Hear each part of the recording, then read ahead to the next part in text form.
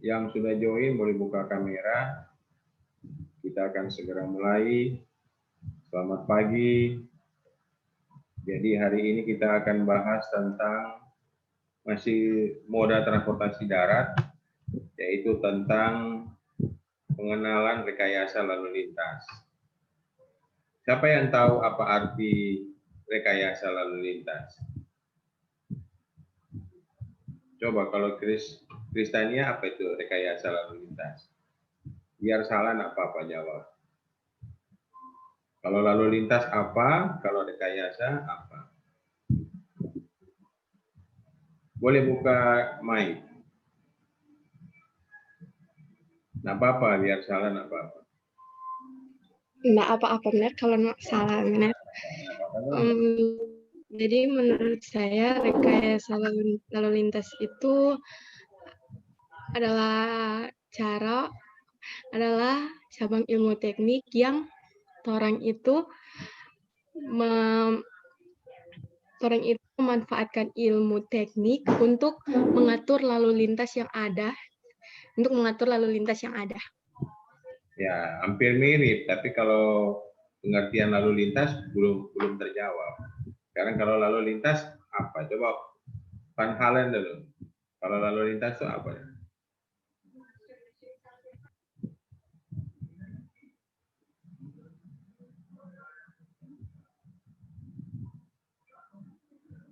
Ayo Van Halen.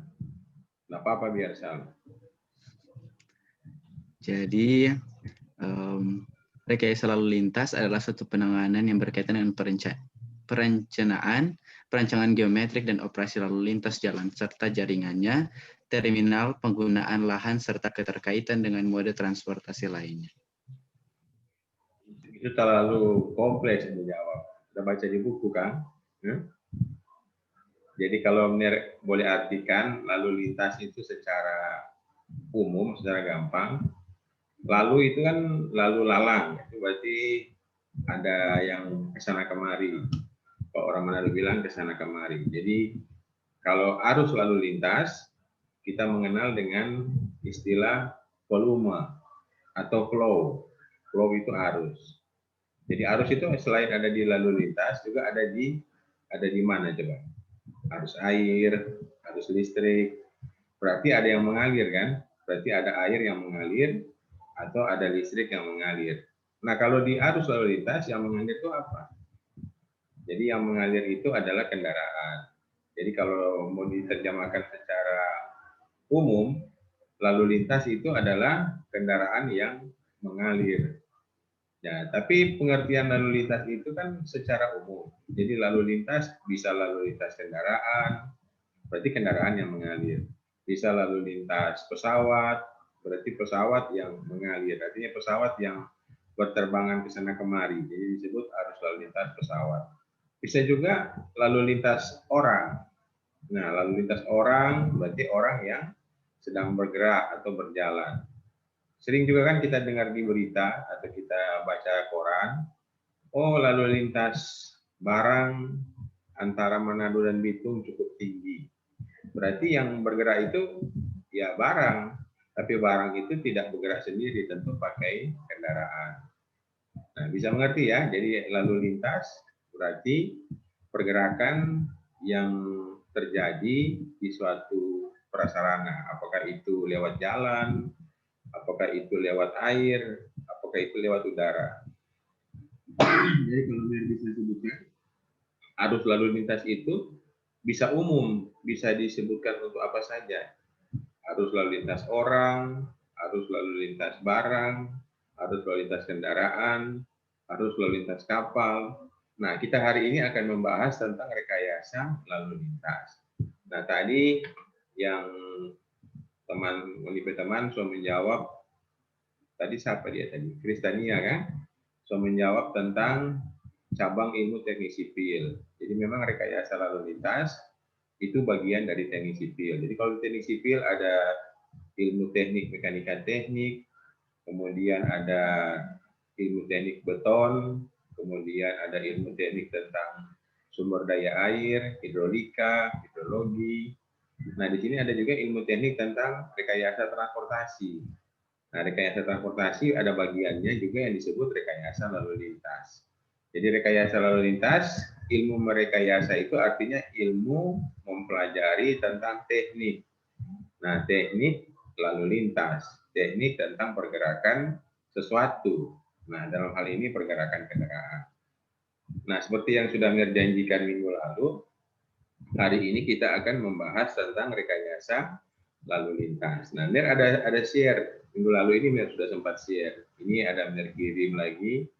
Mir buka slide, yaitu slide tentang, jadi ini mata kuliah rekayasa lalu lintas. Jadi di mata kuliah rekayasa lalu lintas itu, coba perhatikan ya. Sekarang ini mata kuliah rekayasa lalu lintas itu sudah tidak ada. Jadi mata kuliah rekayasa lalu lintas digabung dengan mata kuliah rekayasa sistem transportasi.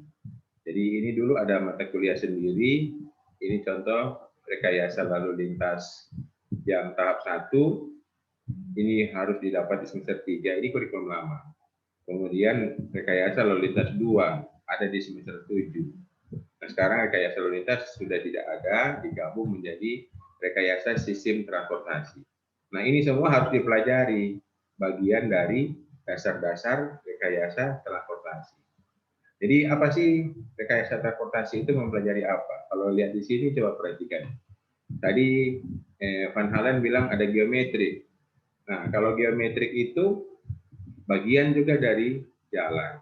Jadi jalan itu kita pelajari pertama geometriknya, kemudian kita pelajari lalu lintasnya, kemudian kita pelajari strukturnya atau perkerasan. Jadi di jalan ada 3 bagian besar ya yang kita pelajari. Yang pertama geometrik. Kalau geometrik tentu kalian berpikir apa ini geometrik? Apakah ini matematika? Matematika kan ada pelajaran tentang ilmu ruang, yaitu geometri. Nah, memang mirip ke situ. Jadi kita mempelajari tentang ilmu peruangan. Jadi kita mempelajari kalau di jalan ada belok kiri, belok kanan, tanjakan, turunan. Nah, itu kita pelajari di geometri. Namanya perencanaan geometrik jalan. Kemudian kalau menyangkut perkerasannya, strukturnya. Kalau di jalan itu kan kita bergerak di atas aspal. Nah, aspal itu yang paling atas itu namanya lapis permukaan. Yang di bawah lapis fondasi atas, yang di bawahnya lagi lapis fondasi bawah, yang paling bawah itu tanah dasar. Nah, struktur perkerasan itu disebut pavement atau perkerasan. Nah, itu nanti kita belajar lagi di mata kuliah tersendiri. Namanya perancangan perkerasan jalan. Jadi ada perancangan perkerasan jalan, ada praktikum perkerasan jalan, nah itu. Kemudian setelah kita pelajari struktur, kita pelajari tanjakan, belok kiri, belok kanan, naik turun, naik gunung, turun gunung, itu di geometrik. Kita pelajari rekayasa lalu lintas. Jadi kalau rekayasa lalu lintas, kita pelajari lalu lalangnya kendaraan. Jadi kendaraan itu bergerak di atas jalan, kita pelajari arusnya, kita pelajari speed-nya, speed itu kecepatan, dan kita pelajari density atau kepadatan. Yang termasuk yang pertama. Nah, ini yang disebut dengan arus. Jadi arus atau flow. Flow itu aliran, mengalir. Jadi aliran atau mengalir itu disebut arus atau flow. Nah, itu adalah jumlah kendaraan. Perhatikan ini, jumlah kendaraan yang lewat suatu bagian jalan. Nah, bagian jalan ini yang ada mana? Bisa lihat kan? Stella boleh lihat ini panah ini. Ini ada panah apa? Ini panah. Ini posisi bagian jalan yang dimaksud di definisi ini. Jadi jumlah kendaraan yang melewati suatu bagian jalan selama waktu tertentu. Jadi kalau ini kan ada 2 arah. Kemarin tahun pelajari, kalau ini tipenya apa? Van Halen ini tipenya apa? Jalan tipe apa? Yang pakai angka-angka per. Ini ada 2 lajur, ini ada 2 arah, ini diperlebar 7 meter lah di jalan. Jadi bagaimana mau sebut? 2, masih ingat? Coba Van Halen buka mic, enggak apa-apa. 2/2 ya. TB. Iya, 2/2 TB garis datar 7 meter. Itu artinya 2 lajur, 2 di atas 2 lajur, 2 di bawah apa? Arah. Arah Kemudian TB artinya tidak tidak terbagi. Kenapa tidak terbagi? Karena tidak ada median. median itu bukan garis cat nih. Kalau garis cat itu marka. Jadi kalau dia cuma pakai cat itu berarti namanya tidak terbagi. Tapi median di sini harus dari beton. Jadi dia harus muncul ke atas. Jadi memang mobil nggak bisa naik. Seperti ada beton yang muncul ke atas itu namanya curve, tulisannya KERB. Jadi harus pakai curve. Kalau dia pakai curve baru boleh dibilang bagi. Nah, kalau ini TB artinya tidak terbagi. Berarti tidak ada curve, tidak ada median. Nah, perhatikan lagi. Satuan dari volume, jumlah kendaraan yang lewat di kedua arah. Jadi jumlah kendaraan yang lewat di kedua arah. Ini ada disebut A, ini B. Jadi antara A dan B ada mobil yang lewat di kedua arah. Persatuan waktu. Jadi Moni duduk di sini. Jadi paling bagus ini ada 2 orang. Ini kalau kita mau bahas survei paling bagus ada 2 orang. Orang yang pertama duduk di atas ini. Dia mencatat kendaraan yang lewat dari A ke B. Orang yang kedua duduk di bawah. Dia mencatat dari B ke A. Nah, perhatikan volumenya adalah jumlah kendaraan yang lewat persatuan waktu. Nah, ini masih disebut kendaraan ya. Jadi ingat kalau yang disebut kendaraan itu beraneka ragam. Ada bendi atau orang bilang apa ya? Kendaraan tak bermotor yang ditarik oleh kuda. Itu bendi. Itu kendaraan juga, tapi namanya kendaraan tak bermotor. Kemudian ada sepeda. Sepeda itu kendaraan juga, kendaraan tak bermotor. Kemudian ada motor, sepeda motor yang menggunakan mesin. Kemudian ada motor roda 3 yang sering angkat aqua atau sampah. Pernah lihat toh? Nah, itu juga kendaraan bermotor. Kemudian ada mobil yang lebih besar, yaitu mobil yang 4 roda. Namanya mobil ringan atau mobil penumpang. Nah, kemudian lebih besar lagi mobil apa coba? Siapa yang boleh bantu? Lebih besar dari mobil penumpang apa namanya? Boleh bantu, Mir? Yang lebih besar dari mobil penumpang apa itu? Mobil truk. Nah, di samping mobil truk, mobil apa juga? Mobil bus. Nah, mobil bus itu muat penumpang. Kalau mobil truk muat apa? Kalau mobil truk muat barang. Nah, barang itu macam-macam. Ya, ada barang yang berupa, contoh kalau mobil tangki, itu barangnya adalah barang cair. Kalau mobil bak pakai bak besi, ada yang juga bak kayu. Kalau bak besi itu ada yang memuat material. Material itu contohnya apa? Contohnya adalah pasir, batu. Kemudian kalau dia muat barang-barang kebutuhan pokok, nah bisa berbentuk mobil box. Nah, itu mobil itu beraneka ragam.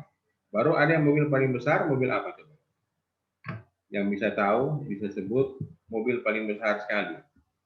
Itu namanya mobil apa? Mobil trailer. Nah, mobil yang panjang, yang dia muat apa? Muat kendaraan, misalnya muat alat berat, muat ekskavator. Pernah lihat kan di jalan tuh? Nah, itu disebut mobil trailer. Nah, sekarang kalau Nir tanya, kalau mobil penumpang itu contohnya apa? Mobil penumpang yang di kehidupan sehari-hari. Ya, boleh ulang? Angkot, mikrolet. Ya, mikrolet. Baru mobil, kalau disebut merek, misalnya Avanza, Xenia, itu mobil penumpang. Perhatikan ya rodanya. Rodanya bagaimana rodanya? Rodanya ada berapa? Ada 4, 2 di belakang dan 2 di depan. Nah, rodanya juga kecil. Sekarang perhatikan mobil truk yang besar.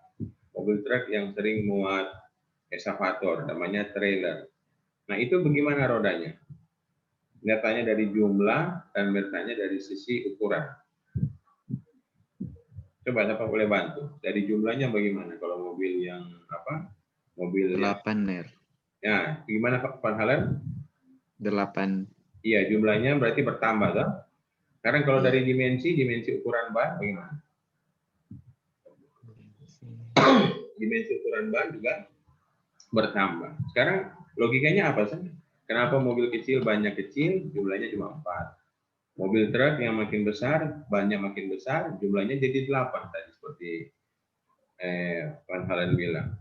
Karena apa? Karena beban yang dimuat itu berbeda. Ya, beban yang dimuat berbeda, semakin besar. Jadi kalau Mner punya spidol, misalkan Mner taruh di Mner petangan ini, kan?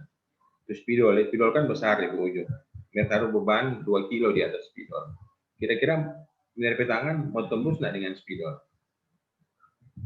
2 kilo. Enggak kan? Karena spidol pemuka kan besar. Tapi kalau tuh spidol berganti dengan jarum, beban tetap 2 kilo. Kira-kira tuh jarum masuk nggak di Mner petangan, telapak tangan? Masuk.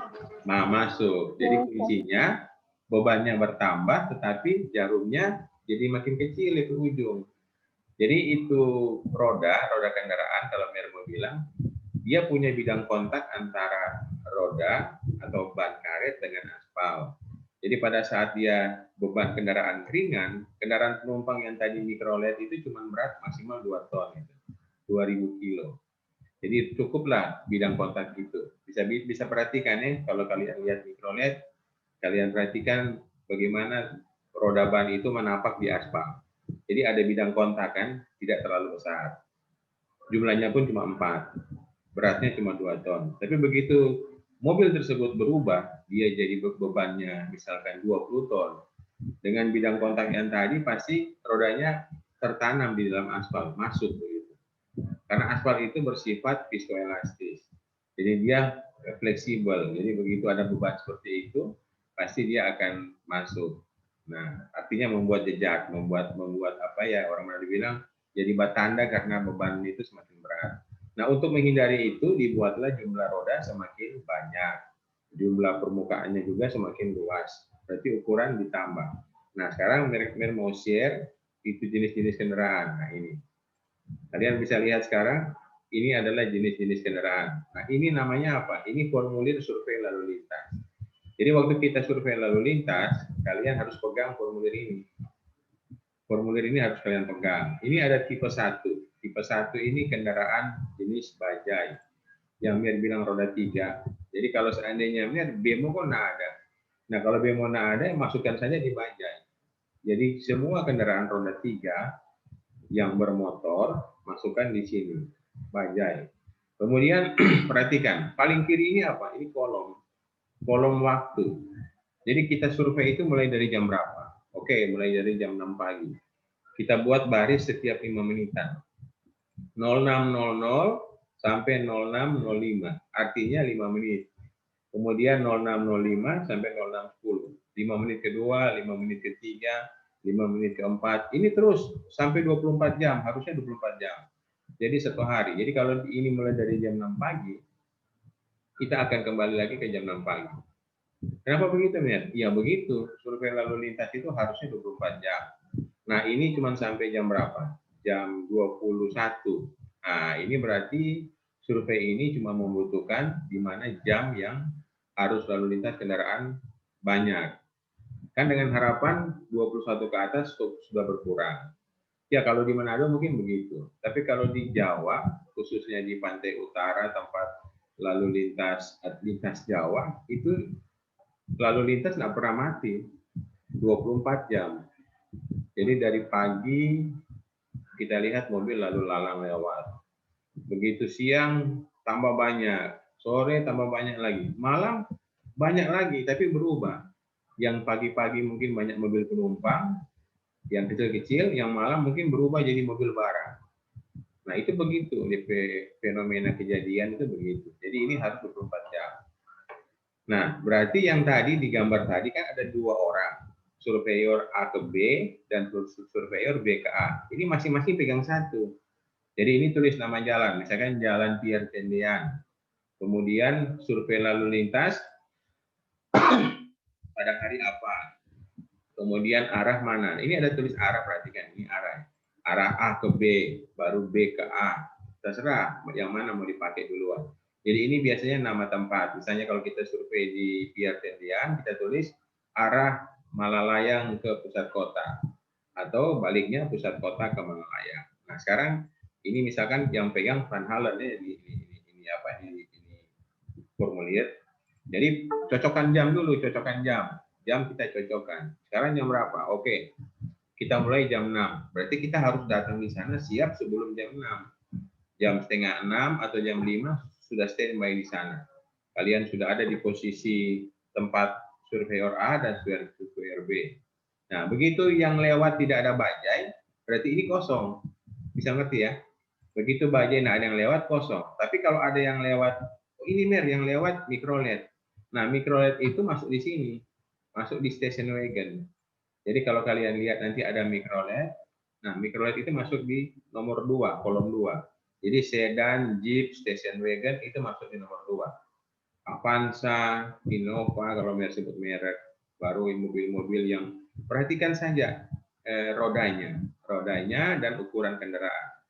Nah, kalau ini nomor 3, mikrobus.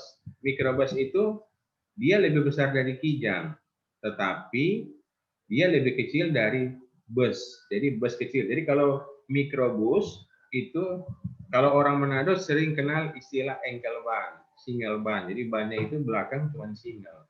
Ada kan ban belakang yang sudah 2. Bisa perhatikan, ban belakang ada double ban. Nah, double ban, tapi dia berbentuk bus ya. Kalau Ngoni sering pergi Tondano atau Vito Mohon, ada tuh bis Manado Tomohon, Manado Tondano, yang rodanya di belakang single, tapi dia lebih besar dari Kijang. Nah, kalau Mir bisa sebut, itu mirip kendaraan Hi-S. Nah, Hi-S yang ada tuh Toyota Hi-S yang pakai pariwisata, nah itu seperti itu disebut mikrobus. Kenapa disebut mikrobus? Karena dia bukan kendaraan ringan, dia juga bukan kendaraan berat. Kenapa tidak disebut kendaraan berat? Karena roda belakangnya masih single. Oke. Nah, ini bus kecil. Bus kecil ini kendaraan itu roda belakang sudah besar. Sudah besar dan roda belakang udah 2 kiri kanan sudah 2. Nah kemudian ada lagi bus lebih besar lagi. Nah ini lebih besar lagi yang contoh yang ke Manado Kota Mobagu, Manado Makassar. Nah ini yang roda belakang sudah jadi roda belakang ada 4, 2 kiri 2 kanan. Tapi sumbunya, nah kalau kita bicara sumbu itu aksel atau as. As itu ada 2. Kalau yang nomor 1, nomor 2, nomor 3, nomor 4, nomor 5 ini asnya 2, 1 depan, 1 belakang. Nah, ada yang ini juga nomor 6. Nomor 6 mirip mobil ringan, tetapi pick up. Pick up itu artinya tidak untuk penumpang. Jadi dia di bak belakang terbuka untuk barang. Kemudian truk ringan ini truk tetapi engkel ban, single ban. Bannya 1. Nah, kalau truk sedang itu sudah masuk ke ban belakang double atau 2. Nah, kalau yang ini, yang truk berat, ini coba perhatikan rodanya. Di depan ada 2. Itu namanya sumbu depan. Di belakang ada 2 sumbu. Namanya sumbu tandem. Jadi, atau sering juga dibilang dual axle. Jadi 2 sumbu. Jadi 2 sumbu belakang, 1 sumbu depan. Berarti 3 sumbu. Ingat ya tadi yang tadi Mer sebut, kenapa dia sumbunya bertambah, rodanya bertambah, ukurannya bertambah, karena muatannya semakin berat. Nah, kalau semua ini kalian catatnya, yang paling kiri ini, yang paling kanan tadi, yang paling kanan sepeda motor. Ini sepeda motor semua roda 2. Apakah itu sepeda motor Vespa atau skuter atau motor laki-laki, tulis ini. Nah, yang paling kanan lagi nomor 12, ini yang unmotorized. Yang tadi Mer bilang ada bendi, ada roda, pedati, sepeda, semua tidak bermotor, taruh di sini. Catat. Jadi pada saat jam 6.00 sampai 06.05, seandainya yang lewat cuma 10 buah mobil penumpang yang ini nomor 2, jadi ini tulis, masih ingat itu kalau di pemilu, kalau pemilu kita mau mencatat suara bagaimana? Pakai garis-garis 1, 2, 3, 4, 5 kita kurung. Nah, seperti itu. Nah, begitu ini yang lewat cuma kolom 2, Mer. Berarti kolom 3, 4, 5 kosong. Begitu. Tapi kalau ini terbagi rata, ini ada 2 yang lewat, garis 2 di sini. Oh, ada mikrobus kecil yang lewat, 1, taruh garis 1 di sini. Nah, jangan lupa, hati-hati, kalian lagi asik menggaris di baris pertama, ternyata waktu jam sudah berpindah di 06.05. Nah, kalau sudah pindah di 06.05 harus pindah di bawah sini. Begitu terusnya. Begitu dan seterusnya. Nah, inilah namanya survei lalu lintas atau survei volume kendaraan dengan berbagai macam tipe kendaraan. Nah, Mner punya juga satu file tentang tipe-tipe kendaraan ini. Tapi ini biasanya Mner kasih di pelajaran perancangan pekerasan jalan. Tapi nggak apa-apa, Mner mau coba cari, dia ada di sini di apa ini? Mata kuliah dasar-dasar rekayasa transportasi. Dan kasih lihat bagaimana bentuk dari kendaraan-kendaraan ini. Jadi kendaraan-kendaraan ini dari yang paling kecil sampai paling besar itu apa sih bedanya? Nah, jadi bedanya itu ada di bentuk kendaraan itu sendiri. Jadi kita jangan lihat tampilan depan, tapi kita lihat rodanya, roda sama sumbu. Nah, kalian pernah lihat kan Toyota Reno itu merek Toyota, tipe Toyota Reno itu untuk mengangkut pasir boleh, untuk mengangkut material bahan pokok, makanan boleh. Nah, itu kepalanya itu kokpitnya itu bagian sopir. Kalau kita lihat dari depan sepintas sama. Jadi antara yang double ban maupun yang single ban itu sama. Jadi banyak mahasiswa begitu survei mereka salah mengidentifikasi jenis kendaraan. Yang double ban mereka isi di single, yang single mereka isi di double ban. Karena apa? Karena cuma mengandalkan melihat dari bentuk kendaraan berdasarkan depan, tampak depan atau kepala dari kendaraan. Nah, itu makanya Mer sampaikan kita harus memperhatikan kendaraan itu bukan dari kepalanya, tetapi dari bentuk roda, ukuran roda, juga dari jumlah. Jadi nanti ada yang namanya jumlah sumbunya sudah 3 as nih, nah, berarti kalau sudah 3 as, nanti ini bukan lagi merupakan kendaraan yang biasa. Jadi ini sudah termasuk kendaraan berat. Ini Mir lagi coba cari filenya. Jadi di sini ada file tentang berbagai jenis ukuran konfigurasi roda. Jadi konfigurasi roda kendaraan. Ini Mir lagi buka, mau cari filenya. Karena berbeda tipe roda, berbeda apalagi ukuran, maka akan mengakibatkan angka ekivalen. Jadi kita nanti akan belajar tentang apa sih yang disebut dengan angka ekivalen. Angka ekivalen adalah angka konversi dari kendaraan lain menjadi kendaraan ringan atau kendaraan penumpang. Nah, ini kita kasih contoh. Kalian tahu sepeda motor kan? Sepeda motor itu kendaraan roda 2. Kendaraan roda 2 itu nilainya 0,5. Nah, kalau kendaraan penumpang, yang kendaraan penumpang seperti mikrolet, nilai angka ekivalennya atau EMP, istilahnya EMP, ekivalen mobil penumpang, itu sama dengan 1. Nah, jadi kalau artinya apa? Motor, angka ekivalennya kan 0,5. Berarti mobil penumpang biasa 1. Berarti berapa kali motor setara mobil penumpang? Nah, coba. Itu pertanyaannya. Berapa kali motor kita anggap setara dengan 1 mobil penumpang? Ada yang bisa bantu lihat? 2. Berapa kali? 2. 2, ya 2 kali. Jadi motor itu dianggap 2 kali mobil penumpang. Ini Mer sudah ketemu filenya. Nah, ini Mer mau share lagi. Nah, ini file, nggak apa-apa ya, ini tentang perkerasan, tapi Mer mau kasih bahas ke kalian bagaimana tipe-tipe kendaraan. Nah, tapi jangan dulu lihat ini adalah sumbu yang apa tadi Mer bilang, sumbu as belakang yang bannya double, ban kiri 2, ban kanan 2. Jadi kalau orang Manado bilang double ban, tapi kalau kita mengenalnya ini twin tire. Jadi twin itu kembar, tire itu roda atau ban. Jadi ban double kiri dan kanan. Nah, ini tipe-tipe kendaraan. Jadi ini adalah tipe kendaraan 1-1. Sumbu depan 1, sumbu belakang 1. Itu artinya 1-1, 1 di depan, satu di belakang. Ini yang kendaraannya. Coba perhatikan, ada mobil box yang kecil, ada Mikrolet, ada kendaraan Kijang, Avanza. Ini jangan kalian lihat kan, ini kan rodanya sudah besar. Ini kendaraan 4WD, mobil double cabin. Tapi ini masuk kendaraan berat atau kendaraan ringan? Ini masuk kendaraan ringan. Karena apa? Karena bentuknya, kemudian ukuran ban ini betul besar, tetapi dia masih dikategorikan kendaraan 2.000 kg atau kurang dari 2 ton.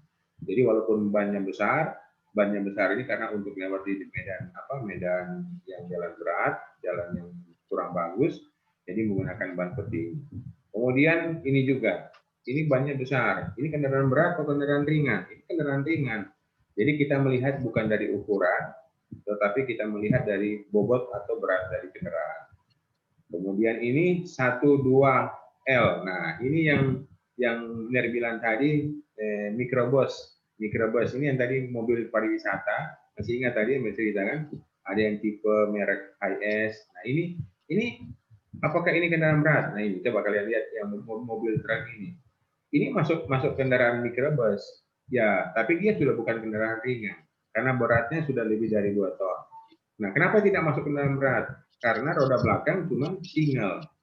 Roda belakang single, ini bukti single cuma satu. Jadi ini ada SAST. SAST itu artinya single axle, single tire. Jadi axle itu sumbunya single, atau asnya single, kemudian bannya juga single, artinya satu. Ini juga Microbus. Ini Microbus yang sering kalian lihat di terminal Perompasan, kalau mau pergi Tomohon, pergi Tondano, seperti ini banyak. Kemudian 12H. Nah, tadi yang low kan, sekarang yang high. Nah, bedanya apa ini? Roda belakang. Roda belakangnya jadi berapa? Jadi 4, 2 kiri, 2 kanan. Ini juga, jangan kalian lihat dari ukurannya, tapi makanya Mer bilang, kalau ketemu hal seperti ini, dan ini pernah ada yang buku ambil sama mahasiswa. Ini kendaraan Microbus, belum yang high, ini masih low. Nah, mereka berpikiran ini masih low karena apa? Karena mereka anggap bahwa bentuknya kecil, tetapi begitu periksa rodanya ini sudah double. Nah, kalau dia double berarti masuk high, high berarti masuk kendaraan berat. Yang dua ini perhatikan, ini memang bodinya besar, tapi memang double ban. Ini bodinya kecil tapi double ban. Jadi kita kalau di sini memperhatikan ukuran dan jumlah ban. Jadi ini masuk di high. Kalau high berarti sudah kendaraan berat. Ini juga, ini kendaraan berat. Perhatikan, nah masih single tapi sudah double. Ini juga single atau double. Perhatikan juga ini net baknya kok kecil. Bak penampung untuk apa? Untuk mengangkut barang kok kecil, betul kecil. Tetapi jangan kalian lupa bahwa dengan bak yang kecil ini muatannya berat. Jadi dia bisa mengangkut mesin-mesin genset yang berat-berat. Makanya ini pakai double ban. Tadi seperti kalian bilang, karena bebannya semakin besar, jadi ban harus dibuat besar dan jumlahnya ditambah. Ini kalau hitung secara total jumlah ban, 2 depan, 4 belakang, jadi 6. Jadi ini sudah lebih besar dari yang 4 ban tadi, karena sudah 6. Kita lihat lagi yang lebih besar. Nah ini. Ini apa bedanya? Bedanya sumbu belakang menjadi 2. Jadi total sumbu 3. 1, 2, 3. Jumlah ban, nah ini yang tadi kalian bilang 8, ini 10. Karena 8 itu baru belakang. Tambah 2 depan berarti 10. Nah ini contohnya kendaraan-kendaraan ini. Sudah? Kenapa dia jadi banyak begini? Karena bebannya berat. Ini mungkin muat batu. Batu kalau dia penuh ini bisa 30 ton atau 20 ton lebih. Jadi dia mesti pakai double ban baru tandem axle. Nah, kalian sebelum pindah sini, kalian pernah lihat yang tangki minyak begini, yang punyanya Pertamina? Waktu dia kosong, ini ceritanya waktu dia kosong, aksel yang di tengah ini terangkat. Dia tidak napak di tanah. Jadi waktu kosong tangkinya, cuman roda belakang, aksel belakang, dan aksel depan. Itu yang kena di aspal. Tengah ini kosong, terangkat. Kenapa begitu? Dia otomatis begitu ringan, dia bilang nggak perlu pakai seluruh ban. Tapi begitu tangki tersebut ini penuh, ini akan napak semua di atas permukaan aspal. Kenapa? Supaya bebannya terbagi rata, dibagi rata oleh 10 ban.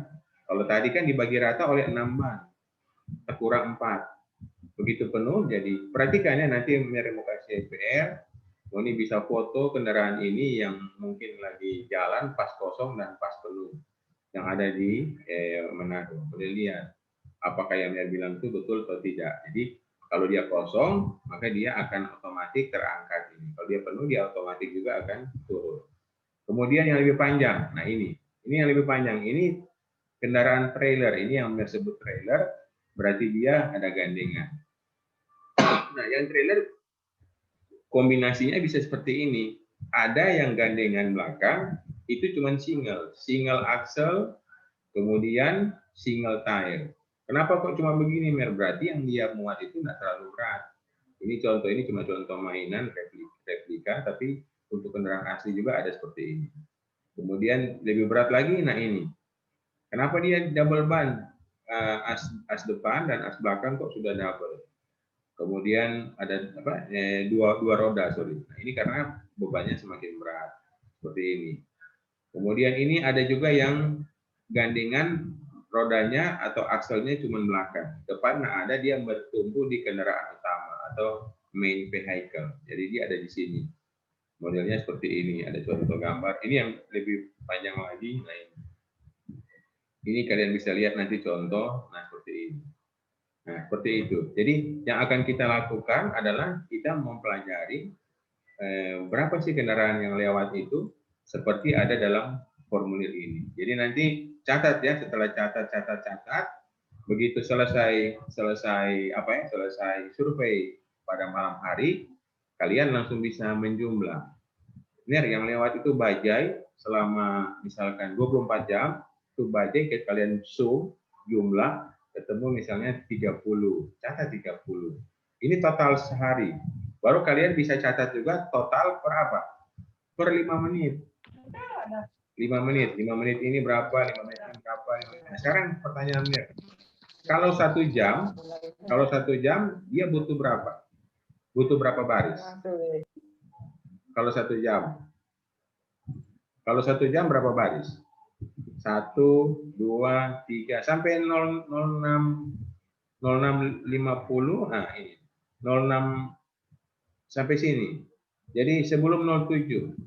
Jadi dari 1, 2, 3, 4, 5, 6, 7, 8, 9, 10, 11, 12 baris. Jadi kalau kalian mau ingin dapat 1 jamnya berapa, nah, jumlah per jam ini. Itu ketemu satuannya per jam. Nah, sekarang contoh ya, yang di slide, yang di buku bahan ajar, yang di PDF. Dan kasih lihat mana tadi yang bahan ajar PDF tentang rekayasa lalu lintas. Nah ini kalian catat berapa yang lewat. Nah setelah dapat kalian catat, ketemulah angkanya. Gitu. Nah sekarang perhatikan nih, ini ada rumus volume sama dengan density kali speed. Nah density itu bahasa Indonesianya kepadatan. Kepadatan itu artinya berapa jumlah kendaraan yang ada dalam 1 kilometer panjang jalan. Jadi kalau ini kan kendaraan volume kan, nah ini contoh kendaraan, ini misalkan 12 jam pengamatan, nah ini. Misalkan motorcycle, tadi kan sudah sebut ya, motorcycle EMP-nya berapa? 0,5. Kendaraan penumpang, LP itu light vehicle. Kendaraan ringan itu 1. Kendaraan berat itu 1,8. Nah, kendaraan berat ini cuma bikin gampang. Jadi anggap 1,8. Padahal nggak begini. Kendaraan berat itu macam-macam. Tadi ada contoh mobil trailer 1,9, bahkan ada yang 2 lebih, 2, sekian. Itu harusnya hitung sendiri-sendiri. Nah, ini ada contoh soal. Diketahui setelah orang survei selama 1 jam, motorcycle yang lewat 100, kendaraan ringan yang lewat 150, kendaraan berat 25. Ini contoh aja ya. Nah, setelah kita mau jawab soal ini, jadi begini. Nah, kita nggak bisa jumlah 100 tambah 150 tambah 25. Berarti berapa? 275. Itu nggak bisa. Karena apa? berbeda satuan. Ini motorcycle dan mobil penumpang ukurannya beda. Kita nggak bisa langsung jumlah. Jadi kita mesti kali dengan angka ekuivalen. Ternyata sepeda motor ini yang lewat 100, ada 100 sepeda motor yang lewat, itu dianggap setara dengan 50 mobil penumpang.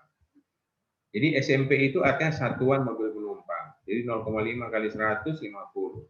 1 kali 150, 150. 1,8 kali 25. Kenapa kali 1,8? Karena dianggap dia lebih dari satu mobil penumpang. Jadi truk itu, seandainya ada truk yang EMP-nya 3, seandainya ada yang 3. Berarti sekali dia lewat, dianggap seperti 3 mobil yang lewat. 3 mobil penumpang. Nah, ini dianggap 1,8 ya, 1,8 kali 25, 45. Jadi ini dijumlah bisa.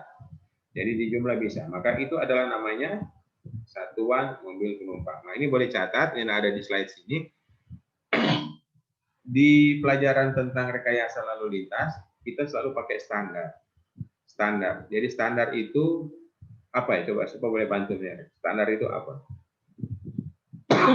Standar artinya apa? Tulisnya biasa standar biasa. Coba Stella boleh jawab, bantunya Stella Rotikan. Apa itu arti standar? Biar salah apa-apa. Standar. Iya. Standar juga disebut manual atau bisa disebut juga panduan. Ya. Bisa ditetapkan begitu dong, Ner, atau? Boleh kuat sedikit, Anda pendengar? Rupa so ditetapkan dong begitu, Ner. Ya, sudah ditetapkan. Kalau pasir rambing apa dan standar? Boleh bantu? Tadi Stella bilang standar itu segala sesuatu yang sudah ditetapkan. Nah. Boleh? Ada? Biar salah nggak apa-apa. Siapa yang tahu selain Stella? Macam syarat begitu, Ner. Nah, syarat boleh. Syarat yang sudah ditetapkan. Iya, batas minimal. Apa, Alvin? Nggak dapat dengar. Batas minimal.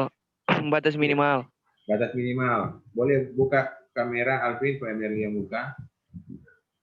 Alvin bilang batas minimal. Yang lain, nah? Silakan yang lain. Patokan, Ner. Ya. Patokan. Ulangi, Kristiani, dapat dengar? Patokan. Patokan, ya, betul. Jadi standar itu tadi Stella bilang aturan, baru Kristiani bilang patokan, kemudian tadi siapa tuh? Alvin bilang, apa sih Alvin bilang tadi? Batas minimal. Jadi pengertian standar adalah manual atau panduan atau buku yang kita jadikan sebagai referensi dalam perhitungan sesuatu. Sesuatu itu apa? Misalkan sekarang kan lalu lintas. Berarti panduan, manual, apalagi patokan, referensi kita untuk menghitung lalu lintas, kita menggunakan namanya MKJI. MKJI itu kepanjangan dari Manual Kapasitas Jalan Indonesia. Itu dibuat tahun 1997. Nah, MKJI itu harusnya setiap 5 tahun direvisi. Mau dibayangkan ya, 1997, sekarang 2000, tahun 2000. Berarti sudah berapa tahun itu? 23 tahun. Ya, 23 tahun memang betul. 2014 sudah direvisi. MKJI tahun 1997, tahun 2014 berubah jadi PKJI. PKJI itu mereka cuma ganti kata manual jadi pedoman. Jadi PKJI pedoman kapasitas jalan Indonesia. Nah, waktu masih nama MKJI, satuan mobil penumpang namanya SMP. SMP kepanjangan dari satuan mobil penumpang. Itu nama MKJI. Kemudian di tahun 2014 standar tersebut dirubah menjadi PKJI. Nama satuan mobil penumpang diganti menjadi SKR. Satuan Kendaraan Ringan. Artinya sama sudah. Angka-angkanya nggak ada yang beda. Jadi tugas kalian berikut, coba kalian cari MKJI atau PKJI di internet. Baca-bacalah. Jadi disitulah menjelaskan tentang bagaimana menghitung volume, angka ekuivalen motor itu berapa, angka ekuivalen mobil kijang tadi berapa, angka ekuivalen truk itu berapa, itu ada di situ. Oke, lanjut. Sekarang kita lihat lagi slide. Yang ini sudah jelas ya. Ini sudah jelas, berarti ini satuannya 245 SMP per jam. Kalau ini kita hitung pakai NKCI. Kalau kita ganti 245 SKR per jam, berarti ini adalah PKJI. Jelas ya? Nah, selain kita mengenal volume, kita juga mengenal kapasitas. Nah, kapasitas itu artinya apa ya? Daya tampung. Jadi kapasitas itu artinya daya tampung. Kalian di rumah punya bak mandi atau punya ember lah, ember. Ember kan itu adalah tempat tampung air lah. Nah, ember itu kan bisa kalian hitung berapa volume. Kalau volume di sini bukan volume jumlah kendaraan yang lewat ya. Volume di sini daya tampung dari ember. Ember punya ukuran, misalkan lebar bawah, diameternya berapa, kemudian tingginya berapa, kita bisa hitung. Luas alas kali tinggi, itu adalah bentuk dari silinder, misalkan contoh embernya silinder tidak miring begitu, rata, nah kita dapat volume. Atau bak mandi kita punya ukuran bak mandi di rumah, lebar 1, panjang 1, tinggi 1. Berarti volume bak mandi 1 meter kali 1 meter kali 1 meter sama dengan 1 meter pangkat 3. Itu volume dari bak mandi. Mirip itu. Nah, jalan juga punya kapasitas. Tapi kapasitas dari jalan bukan dalam satuan meter kubik, tapi satuan sama seperti volume. Ingat ya, kapasitas artinya daya tampung. Nah, kalian kan waktu sebelum COVID belum pernah kuliah kan di Fakultas Teknik. Atau waktu kalian SMA. Waktu kalian SMA kan kalian punya ruang kelas. Satu ruang kelas itu boleh berapa orang? Kalau AC tiap kelas, berapa orang satu kelas? Masih ingat? 35 menit. 35 itu penuh atau masih kosong? Masih banyak kosong. Masih banyak kosong. Iya, kira-kira lah satu kelas itu boleh 60 orang misalnya contohnya, 60 orang. Berarti kalau terisi 35, berarti logikanya daya tampungnya baru setengah lebih. Setengah lebih. Berarti 35 bahagi 60. Berarti kan sekitar 0,5 lebih toh. Itulah artinya kapasitas. Daya tampung. Daya tampung ruangan kelas SMA dulu itu 60 orang. Yang terisi baru 35 orang, maka namanya derajat kejenuhan atau degree of saturation atau volume per kapasitas. Jadi volume per kapasitas, volumenya berapa tadi? 35. Kapasitasnya 60. 35 per 60 itulah angka PCR. Nah, di sini juga sama. Di sini juga ada daya tampung. Jadi kalau jalan, cerita ya, kalau jalan lebar perkerasan yang ada aspal, lebar yang ada aspal itu 7 meter, maka jalan tersebut bisa menampung 2.900 SMP per jam. Ingat ya, lebar 7 meter. Lebar 7 meter itu seperti jalan yang gimana ya? Kalian pernah ke kampus? Kalau kalian lihat Bang Beni kampus, pernah tuh main-main ke kampus, ada Bang Beni. Pernah lihat belum Bang Beni di kampus? Pernah lihat Bang Beni di kampus? Hah? Belum? Atau gimana ini? Jalan mana yang kalian pernah lihat ya? Pokoknya jalan yang 2 lajur 2 arah, kemudian lebar aspalnya itu 7 meter. Nah, jalan pas baru mau masuk kampus. Jadi kalau kalian baru mau masuk kampus, kan masuk ke kampus dapat portal tuh, ada tuh satpam yang berjaga itu, ada tenda. Di situ sebelah kanan kan ada Fakultas Hukum, gedung tinggi. Nah, jalan itulah jalan 2 lajur 2 arah. 2 lajur 2 arah, lebarnya 7 meter. Nah, jalan itu daya tampungnya maksimal 2.900 SMP per jam. Itu artinya apa? Daya tampung itu artinya maksimal jalan itu bisa melewatkan 2.900 SMP per jam. Kalau dia lebih dari 2.900, jangankan lebih, mendekati dia 2.900, dia mulai macet. Jalan mulai melambat. Nah, ini mereka kasih bandingan begini. Kalau jalan itu sepi ya, kosong. Kalian bisa berkecepatan tinggi atau rendah? Bawa mobil itu bisa kecepatan kan agak tinggi, ya kan? Tapi begitu jalan itu mulai banyak mobil yang lain, mulai orang mulai lewat situ, mulai rame, kecepatan cenderung menurun. Nah, begitu ramai sekali, banyak yang ada di jalan. Contoh di depan Mantos. Depan Mantos kan ramai sekali. Nah, makin ramai makin lambat. Kecepatan makin menurun. Nah, kalau jalan depan Mantos itu tipenya apa? Satu arah sudah. Merek tersebut satu arah. Tipenya berapa? Itu ada 4 lajur. Jadi tipenya 4/1 TB, tidak terbagi, lebar 14 meter. Nah, jalan 4/1 tidak terbagi, lebar itu 14 meter, itu kalau di MKJI menyebutkan satu lajur itu nilainya nilai kapasitasnya 1650. Bayangkannya 1650 per lajur. Berarti dia kalau ada 4 lajur, 1650 kali 4. Nah, bisa kali. 1650 kali 4 itu dapat berapa? Jadi 1650 baru kalian kali dengan 4. Contoh ya, 1650 kali 4. Nah, itu totalnya 6.600. Jadi 6.600 itu daya tampung maksimal di ruas jalan Boulevard, atau orang Manado bilang Boulevard Topia Tendian. Kalau kecepatannya semakin tinggi, berarti volume di sekitar situ sepi.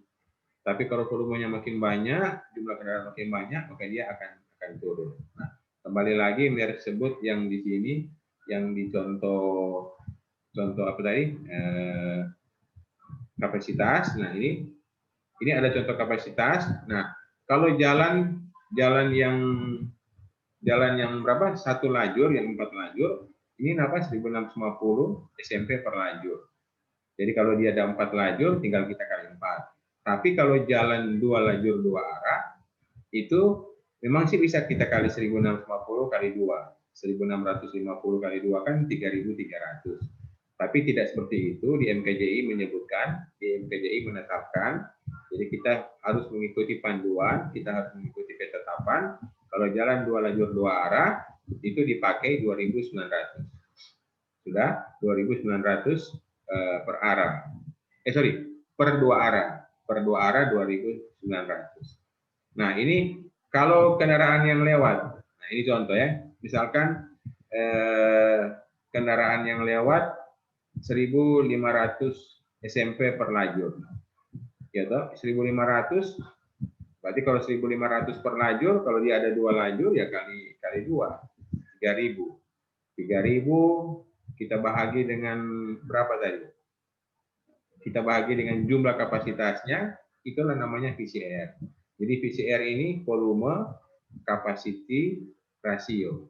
Rasio itu artinya perbandingan. Jadi perbandingan antara volume dan kapasitas. Nah, ini ada contoh lagi yang lain. Sudah tahu ya tadi tentang apa VCR. Nah, ini ada contoh yang lain tentang tingkat pelayanan jalan. Ini ada grafiknya, mereka kasih lihat grafik. Kalian bisa lihat grafik ini. Ini ada sumbu Y. Sumbu Y adalah kecepatan. Sumbu X adalah VCR. Tadi Mer bilang kalau itu bak semakin penuh, itu volumenya makin penuh, berarti volume sama dengan kapasitas. Jadi volumenya 1 kubik. Kapasitasnya 1 kubik. 1 bagi 1 ya 1. Kalau di jalan, misalkan 4 lajur 1 arah. Itu kan 6.600. Yang lewat hampir 6.000. Berarti 6.000 bagi 6.600 hampir 1. Nah, itu seperti ini. Perhatikan ya. Ini di jalan kita mengenal ada beberapa nama tingkat pelayanan. Ada tingkat pelayanan A, B, C, D, dan E. Jadi kalau A itu paling bagus. A itu ini dia. Perhatikan, ini VCR-nya 0. Kalau volume capacity ratio mendekati 0, itu artinya yang lewat sedikit. Yang lewat sedikit dibagi 3.600. Contoh kapasitasnya 3.600. Berarti menjadi mendekati 0. Tapi tidak 0. Kalau yang lewat 0, 0 dibagi 3.600 ya 0. Perhatikan ya, ini semakin bertambah volume, ini grafik semakin turun. Nah, bisa lihat semakin turun. Turun, akhirnya mendekati 1, sama dengan 1. Tapi pada saat 1 kecepatan belum 0. kecepatan masih ada. Nah, kapan dia menjadi nol? Volumenya semakin sudah tidak bertambah, tetapi kecepatan semakin lambat. Kecepatan semakin lambat, akhirnya menjadi nol. Nah, sekarang balik ke atas ya. Mau kasih lihat ke kalian, apa sih hubungan antara volume, kecepatan, dan kepadatan. Makanya tadi belum jelaskan ini, sengaja kasih lewat. Perhatikan di sini. Ini ada volume. Volume sama dengan density kali speed. Kalau speed itu satuannya, perhatikan sini, kilometer per jam. Kalau density, kendaraan per kilometer. Density adalah berapa jumlah kendaraan yang ada dalam satu panjang jalan sepanjang 1 kilometer. Misalnya jarak ini 1 kilo, ini contoh aja. Jarak dari A ini 1 kilometer untuk kedua arah. Sekarang coba kita hitung jumlah kendaraan yang ada di lajur A ke B. 1, 2, 3, 4, 5. Lajur B ke A, 6, 7, 8, 9. Berarti ini density-nya 9 kendaraan per kilometer. Begitu. Jadi density itu kepadatan atau jumlah kendaraan per satuan kilometer. Sekarang, kalau 1 kilometer itu berapa meter? 1000, ya kan? Panjang kendaraan berapa coba? Panjang kendaraan berapa? Panjang kendaraan mikroled itu taruhlah 3 meter. Kita buat perhitungan secara kasar ya. Panjang kendaraan itu taruhlah 3 meter. Tambah spacing. Spacing itu ini. Jarak bumper depan ke bumper belakang kendaraan di depannya. Taruhlah spacing 1 meter. Jadi kendaraan itu berempit. Hampir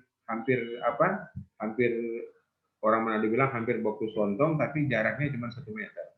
Jadi kita anggap 3 meter panjang kendaraan tambah 1 meter spacing. Total berapa? 4 toh? Nah, jadi 4 meter. Sekarang 1000 bagi 4. 1000 bagi 4 berarti ada 25. Berarti kalau kita punya panjang jalan sepanjang 1000 meter, kalau kita mau atur tuh kendaraan berjejer dengan jarak 1 meter, ada sekitar 25 kendaraan untuk lajur kiri. Sepakat ya? Sekarang lajur kanan. Lajur kanan berapa? Sama, 25. Berarti panjang jalan sepanjang 1 kilometer, kalau kita punya kendaraan yang sama semua ukurannya, ini kalau kita punya kendaraan yang sama ukurannya, semua 3 meter, kemudian jarak antar kendaraan 1 meter, maka total dia bisa menampung 50 kendaraan per kilometer. Jadi kalau Mer sebut berapakah density-nya? Density-nya adalah 50, ini kan penumpang tuh, SMP per kilometer. Bisa mengerti? Jadi spacing atau spacing, density atau kepadatan adalah jumlah kendaraan yang bisa kita hitung yang berada di sepanjang 1 kilometer panjang jalan. Jelas ya? Sekarang kecepatan. Kecepatan itu adalah kilometer per jam satuannya. Kecepatan itu yang ada di speedometer. Kalau kalian naik mobil ada speedometer toh, itu ada jarum, ada angka-angka yang menunjukkan atau ada yang digital, itulah kecepatan. Nah, ini ada yang unik, ada yang enak untuk dihafal. Perhatikan. Satuan volume apa? Satuan volume kalau secara detail harusnya SMP per jam. Tapi ini kita anggap umum dulu ya. Kendaraan per jam. Lihat, ini volume kendaraan per jam. Sama dengan density, satuannya kendaraan per kilometer. Kali speed, satuannya kilometer per jam. Perhatikan. Yang kilometer saling apa? Saling meniadakan yang kilometer. Ini KM dengan KM baku garis, kita tinggal kendaraan per jam sama dengan kendaraan per jam. Jadi hafal Jo, rumus dari volume adalah density kali speed. Atau P sama dengan D kali S. Sekarang kalau Mir merubah, Mir, bagaimana kita menghitung speed kalau kita punya data volume dan density? Nah, kalau kita mau menghitung speed, kita tinggal balik. Speed sama dengan volume bagi density. Sudah jelas ya? Nah, sekarang yang kita survei dari volume, density, dan speed. Yang kita survei itu cuma volume dan speed. Ingat lagi ya, camkan. Yang kita survei cuma volume dan speed. Nah, tentu ada pertanyaan. Ner, kenapa density tidak bisa kita survei? Coba siapa boleh jawab? Kenapa density kita tidak boleh survei? Bukan tidak boleh, tidak bisa. Tidak bisa kita lakukan. Karena untuk mendapatkan jumlah kendaraan dalam panjang jalan 1 kilo itu agak sulit. Kalau kita tidak menggunakan peralatan yang cukup, ya boleh dibilang cukup canggih lah. Contoh gini, kalau kalian mau mendapatkan jumlah kendaraan per panjang jalan 1 kilometer, tentu kalian mesti punya kamera yang ada di atas. Apakah itu pakai drone, apakah itu pakai peta citra satelit yang difoto lewat satelit. Nah, berarti kalian butuh banyak. Foto jam pertama, foto jam kedua, foto jam ketiga, sehingga biayanya mahal. Makanya yang kita survei pada saat survei lalu lintas, biasanya cuma volume dan speed. Density itu dihitung. Jelas sudah? Ya, oke. Tadi kita belum bahas tentang survei speed atau survei kecepatan. Nah, survei kecepatan mirip juga dengan survei volume. Jadi kita duduk di suatu pinggir jalan, tapi kalau survei kecepatan kita punya dua pilihan. Nah, boleh catat di sini tidak ada, tapi bisa bantu jelaskan. Kecepatan yang kita survei adalah yang pertama kecepatan spot speed. Tulisannya biasa, spot speed, SPOT baru speed. Nah, apakah kecepatan spot speed? Kecepatan spot speed adalah kecepatan setempat atau bahasa Indonesianya kecepatan titik. Nah, spot itu artinya titik. Ingat ya, spot itu artinya adalah titik. Nah, spot itu titik, kenapa disebut titik? Karena dia berada di titik tersebut. Nah, pertanyaan lagi, bagaimana kita mau menghitung kecepatan titik, sedangkan kendaraan itu berjalan. Nah, kendaraan itu berjalan, bagaimana caranya? Nah, kita menggunakan alat. Namanya yang pertama, survei menggunakan speed gun. Tulisannya biasa, speed, baru GUN, gun. Gun itu senjata. Berarti kalau speed, kecepatan. Itu adalah senjata kecepatan. Makanya namanya speed gun. Nah, speed gun itu berfungsi mengukur kecepatan sesaat atau kecepatan spot atau kecepatan titik yang terjadi atau digunakan oleh pengemudi pada saat di jalan. Nah, alatnya ada yang pernah lihat belum? Speed gun. Speed gun kalau kalian nanti sudah masuk kelas, boleh pergi di laboratorium surveying dan penginderaan jauh. Di situ ada alat-alat, salah satunya adalah speed gun. Nah, di speed gun itu adalah mengukur kecepatan kendaraan atau mobil atau apa saja yang lewat menggunakan suatu alat yang disebut speed gun atau radar meter. Nah, sekarang kecepatan yang kedua adalah kecepatan travel speed. Nah, tadi kan spot speed toh, sekarang travel speed. Nah, kalau travel speed adalah apa? Kecepatan yang terjadi di sepanjang perjalanan itu. Jadi kalau kecepatan yang terjadi di sepanjang perjalanan itu berarti kecepatan rata-rata. Oh, ini ingat ya, kalau kalian berkendaraan dengan mobil dari Manado ke Tomohon, apakah kecepatannya itu konstan? Misalkan 30 terus. Kan nggak mungkin toh. Kecepatannya itu kan berubah-ubah toh. Mungkin waktu belum bergerak 0. Begitu mau bergerak jadi dari 1, 2, 30. Begitu kena daerah lengang bisa langsung sampai 60. Begitu kena daerah macet turun lagi jadi apa? Jadi 20 km per jam. Nah, itu namanya travel speed. Nah, sekarang yang spot speed. Nah, yang spot speed, yang kecepatan spot speed, kita akan membedakan juga menjadi dua. Boleh catat, kecepatan spot speed dibedakan juga menjadi dua, yaitu yang pertama space mean speed. Space mean speed. Tulisannya biasa, space mean speed. Nah, sudah. Jadi namanya space mean speed atau space mean speed. Singkatannya SMS. Nah, yang kedua, kecepatan time mean speed. Singkatannya TMS. Kalau tadi SMS, sekarang TMS. Nah, sekarang apa itu space mean speed Nah, Mir akan memperlihatkan dalam bentuk video. Dan kalian bisa lihat, ini Mir lagi mau buka DP video tentang SMS atau space mean speed. So kelihatan ini, Mir sebentar buka. DP screen so kelihatan kan, cuma belum putar video. Nah ini sudah lihat. Van Halen boleh sudah kan? Ini Mir kasih balik ulang ya. Ini ada contoh video, ini sepenggal jalan, panjangnya berapa ini? 1 mil. Ini dari sisi sini sampai ke sisi 1 mil. Kemudian ini ada namanya average speed atau kecepatan rata-rata yang disebut space mean speed. Ini space mean speed. Itu adalah jarak dibagi waktu. Nah, caranya bagaimana? Perhatikan sini. Ini kendaraan pertama lewat. Kendaraan pertama lewat, waktunya 1,2 menit. Jadi 1,2 tambah kendaraan kedua punya. Kendaraan kedua 1,5. Oke. Tambah lagi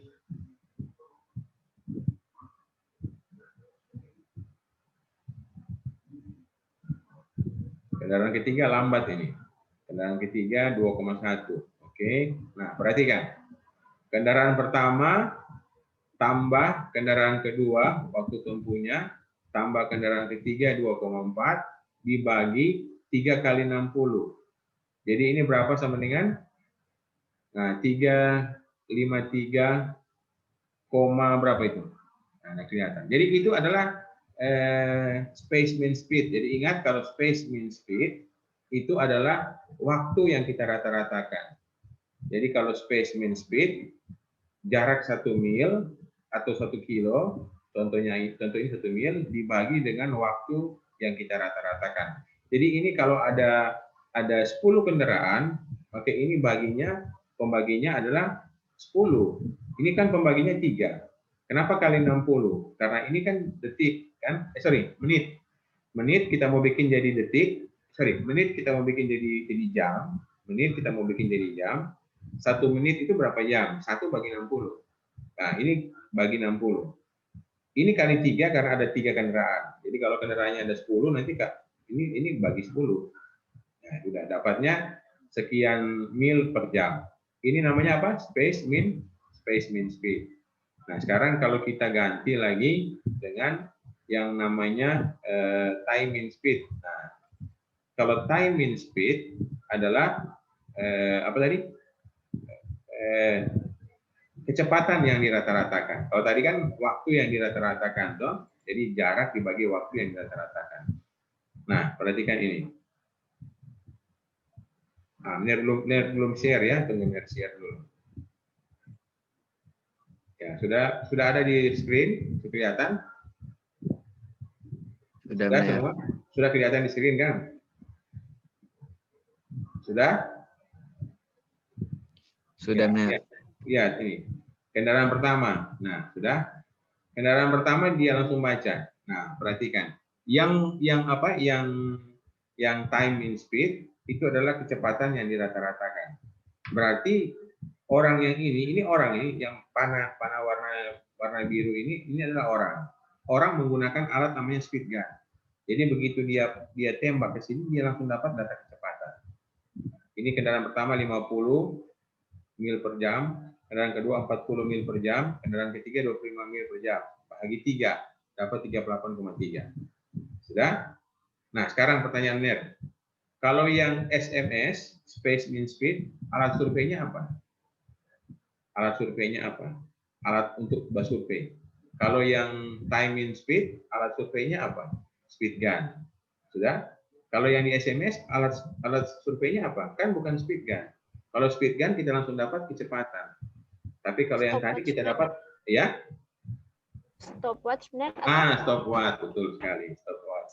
Jadi kalau yang di SMS, alat surveinya adalah stopwatch atau bisa juga pakai handphone, pakai jam, seperti itu. Nah, caranya bagaimana? Biar kembali lagi ya, kembali lagi ke ke video tadi, bahwa caranya dia mau survei itu seperti ini. Ini biar kembali lagi yang SMS. Jadi dia butuh 2 orang. Jadi kalau yang SMS minimal dia butuh 2 orang.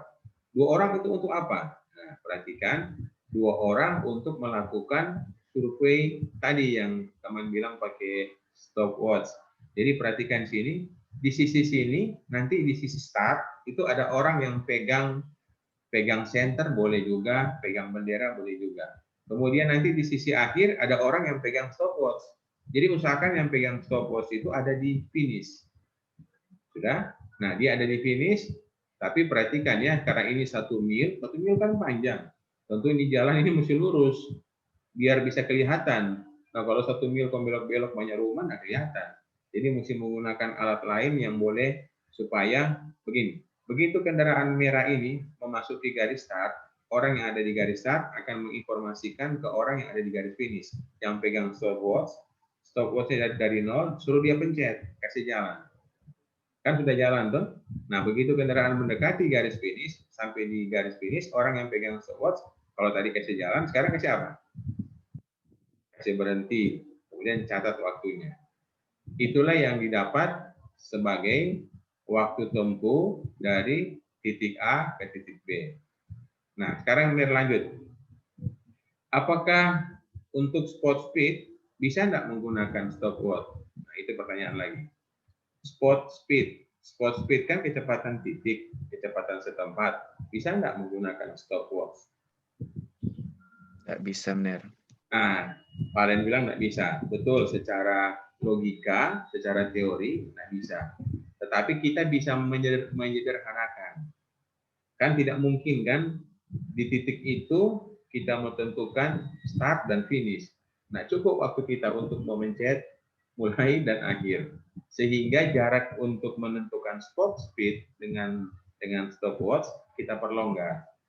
Nah, jadi ada ketentuan karena terbatasnya alat speed gun yang ada mungkin di seluruh Indonesia, mungkin di sekolah-sekolah, universitas, kemudian di dinas perhubungan, speed gun belum punya, sehingga mereka membuat spot speed itu bisa dibuat dengan jarak ambil 20 meter.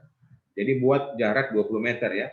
Jadi tadi kan 1 mil, jadi kita sederhanakan jadi 20 meter. Jadi 20 meter tentu kalian bisa buat, misalkan di depan Hotel Quality, itu ada ruas jalan boulevard, lihat tendian, kalian disuruh mencatat spot speed dengan menggunakan stopwatch yang arus dari Malalayang ke pusat kota. Kalian taruh garis start, kalian bisa garis start itu bisa berupa tiang listrik. Usahakan jangan pakai tanda-tanda yang membuat yang membuat pengendara jadi kaget sehingga pengendara mau memperlambat kecepatan. Kalau kalian garis pakai pilox, nanti kan pengendara bilang ini apa ini udah garis di pinggir jalan. Akhirnya kecepatannya berubah begitu. Jadi jangan pakai itu. Pakai tiang listrik, Jo. Oke, tiang listrik. Valen berdiri tiang listrik. Oke. Jadi begitu ada microlight yang masuk tiang listrik, Valen angkat tangan. Nah, angkat tangan, Stella pegang DP stopwatch di ujung. Di jarak ke 20 meter, Stella pegang stopwatch atau pakai handphone. Begitu begitu Stella lihat Valen angkat tangan, Stella kasih hidup tuh stopwatch. Mulai 1, 2, 3. Begitu masuk DP bumper depan di garis finish itu di mana Stella berdiri, no? Nah, kalau garis finish kan biasanya agak susah orang mencari 2 buah tiang yang jarak 20 meter pas. Jadi biasanya tiang pertama pakai tiang listrik, yang kedua mungkin Valen berdiri. Valen berdiri di situ jangan juga taruh pinggir jalan. Nanti itu microlight kira mau badola oto. Nanti dia berhenti. Nah, itu jadi salah juga, nggak boleh. Jadi Valen mesti dalam posisi duduk kah atau apa, mari Valen tahu. Begitu dia semua lewat, Valen bisa mati itu stopwatch. Nah, itu sudah dapat satu kendaraan. Nah, hal seperti itu lakukan seperti survei volume. Tadi kan ada formulir ini. Nah, biar kembali lagi ya formulir ini. Nah, di formulir ini coba perhatikan. Yang tadi ini yang di atas lalu lintas. Bisa lihat? Sama bentuknya, persis sama. Yang di bawah adalah survei kecepatan, spot speed. Nah, ini juga sama. Stella mesti isi apa yang dia ukur, apa yang dia survei. Yang dia ukur adalah yang pertama ada sedan yang lewat. Di 5 menit pertama ada sedan yang lewat. Nah, itu Stella taruh. Jadi yang Stella isi di sini bukan garis-garis, tapi langsung angka waktu tempuh. Bisa mengerti? Jadi yang diisi misalkan 11 detik, 15 detik, atau mungkin 60 detik, 1 menit, nah seperti itu. Jadi yang orang taruh adalah langsung angka detiknya. Bisa ya? Nah sekarang pertanyaan lagi. Bagaimana kalau seandainya di 5 menit itu ada 5 kendaraan yang lewat? Ya harus taruh 55. Kan 5 menit ya, 5 menit kan lama. Tapi kalau satu kendaraan setelah hitung cuma 1 menit, 40 detik, berarti bisa lebih dari 1 itu isi. Nah, 5 kendaraan itu ternyata beda-beda. Ada yang di motor, ada yang di mobil berat, harus beda-beda di P4. Bisa mengerti ya? Nah, pertanyaan, kalau ada 2 begini, buku bawah, 1 motor, 1 mobil, Stella mau pilih yang mana? Nah, pilih salah satu. Nggak bisa dua-dua. Jadi kalau dua-dua tuh, kalian angkat tangan tuh, ada dua-dua yang masuk. Ada motor, ada mikrolet. Tentu Stella pilih satu, no? Oke, ini satu juga kasih masuk di motor. Atau ini satu kasih masuk di mobil. Nah, jadi begini. Kalau volume yang lewat di 5 menit pertama, volume yang lewat itu ada 10 motor, ada 20 mobil penumpang, 2 truk, 3 bus, oke ya. Total ada 100 kendaraan total ya. Nah, itu DP volume. Nah, untuk survei kecepatan nggak bisa 100 dapat. Jelas ya? Survei kecepatan nggak mungkin dapat 100. Mewakili saja. Kan sampel. Jadi kalau kecepatan yang lewat kita ambil sampel saja. Tapi kalau volume nggak bisa. Nggak bisa cuma ambil sampel. Volume mesti semua yang lewat catat. Kalau kalian ambil sampel salah itu. Tapi kalau kecepatan ambil sampel saja. Apakah itu pakai speed gun? Apakah itu pakai stopwatch sampel? Nah, ada lagi yang punya pertanyaan gini, berapa sih kecukupan data untuk sampel kecepatan? Nah, kalau jumlah mobil yang lewat total, misalkan ada 100, kalian dapat 10 sudah oke, 10% oke. Jadi ambil 10%. Nah, nanti kan tadi kan ada berbagai macam data. 5 menit pertama, misalkan pakai stopwatch ya, 5 menit pertama ada 10 data kecepatan. 5 menit kedua ada 8 data kecepatan. Nanti data kecepatan mana yang mau pakai? Data yang mau dipakai data kecepatan per 5 menit kan, per 5 menit dulu rata-ratakan, kemudian rata-ratakan secara keseluruhan.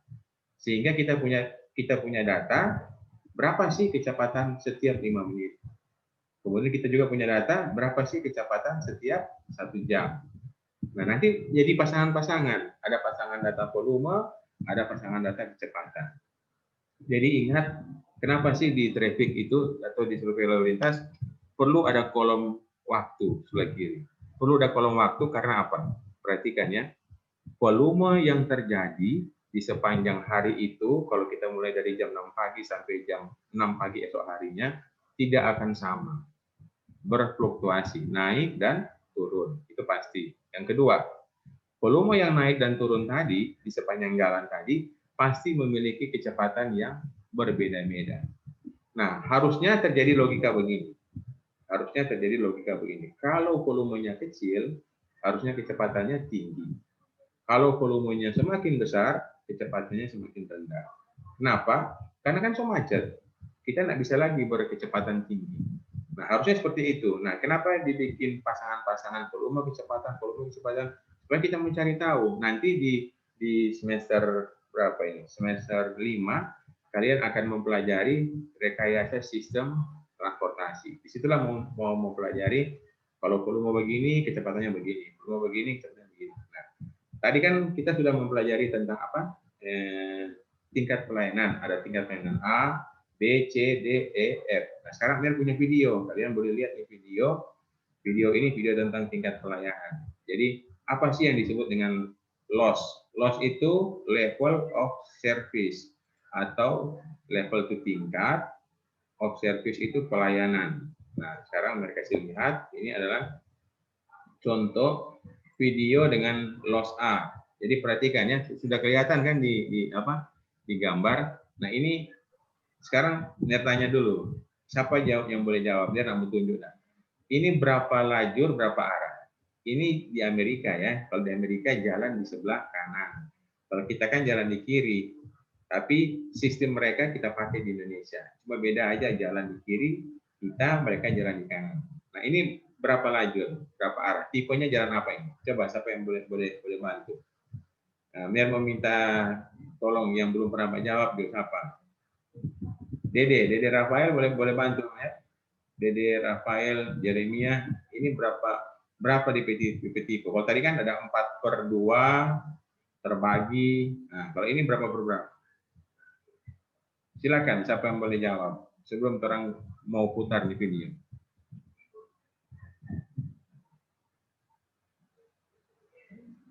Ayo Dede, boleh Dede?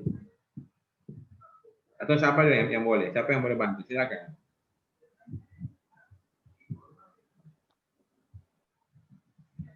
Dede coba ke kamera, biar tunggu mau jawab. Ayo Dede, apa? 3/3 Mer. 3/3. Ada yang boleh yang lain? Kalau 3/3 berarti kan 3 lajur 3 arah. Nah, di dunia ini cuma ada 2 arah, Dede. Ya, nggak ada arah ketiga. Berapa? Harusnya? 2/8. 6 lajur 2 arah. 6 lajur 2 arah. Itu yang betul. Jadi 6/2.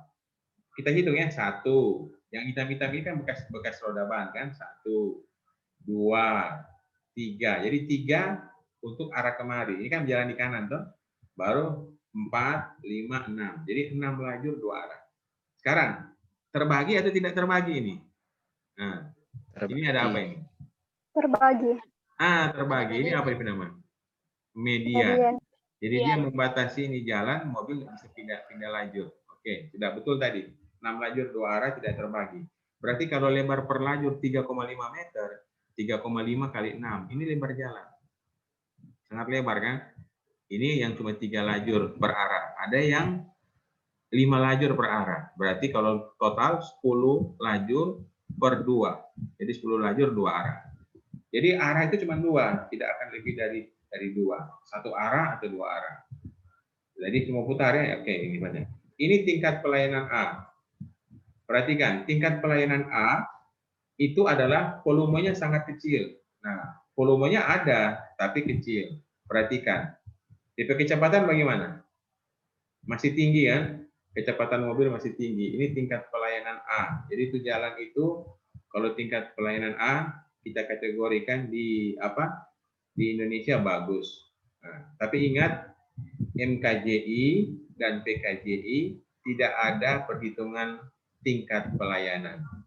Yang ada cuma di HCM. Ini standar HCM. HCM artinya apa? Highway Capacity Manual. Nah, sekarang kita pindah. Tadi A kan? Sekarang tingkat pelayanan B. Tingkat pelayanan B otomatis kalau Nertio bilang tadi volumenya masih sedikit di A, maka di B volumenya harus semakin banyak. Nah, ini terang lihat. Ini tingkat pelayanan B. Nah, perhatikan ini B. Makin bertambah tuh volume. Tetapi kecepatan ada berkurang tapi belum terlalu dapat lihat. Tapi sudah berkurang pasti. Karena volume makin banyak, nah mungkin orang bisa berkecepatan tinggi seperti tadi. Ini tingkat pelayanan B. Ini paling kiri ini tulis loss B, level of service B. Oke, sekarang kita pindah dengan tingkat pelayanan C. Nah, kalau tingkat pelayanan C, mobilnya semakin banyak, kecepatannya juga semakin berkurang. Nah, ini mari mencoba share lagi. Ini tingkat pelayanan C. Sudah kelihatan ini C. Nah, ini semakin banyak tuh mobil sudah bergerombol. Kalau tadi masih jarang-jarang, ini sudah bergerombol. Nah, ini mereka cepat. Ini sampai habis masih begini. Oke. Sekarang berpindah tingkat pelayanan D. Nah, tingkat pelayanan D kecepatan semakin lebih rendah lagi karena volume semakin banyak. Kelihatan yang D, Van Halen, boleh? Sudah, Nah, sudah. Nah, ini lihat mobil makin banyak. Ini so D. Kalau D kecepatan semakin turun, jadi itu kurva tadi semakin turun. Oke, sekarang orang pindah tingkat pelayanan tadi kalau D, sekarang tingkat pelayanan E. Orang akan lihat tingkat pelayanan E. Nah, ini coba lihat di E. Bagaimana? Makin menurun kan? Makin menurun. Tapi belum berhenti. Belum berhenti. Ini E. Nah, kita coba lagi tingkat pelayanan F. Nah, F itu paling rendah. Paling rendah atau paling jelek. Ini E. Berhenti lain. Sudah? Inilah orang Manado bilang so macet. Berarti volumenya semakin bertambah. Tapi belum berhenti sama sekali. Belum menjadi nol karena dia masih bisa, habis dia berhenti sejenak, dia jalan lagi.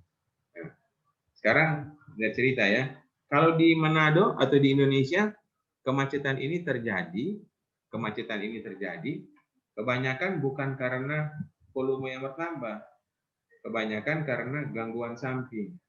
Jadi ada gangguan samping, misalkan orang mau potong jalan. Tapi ini kan highway. Ini highway sama dengan kalau di Indonesia jalan tol, di mana pejalan kaki atau pedestrian tidak boleh campur dengan kendaraan. Jadi makanya pakai pembatas begini, pakai jembatan penyeberangan supaya tidak ada orang pejalan kaki. Kemudian apalagi kalau di Indonesia? Banyak mobil parkir. Nah, ini highway.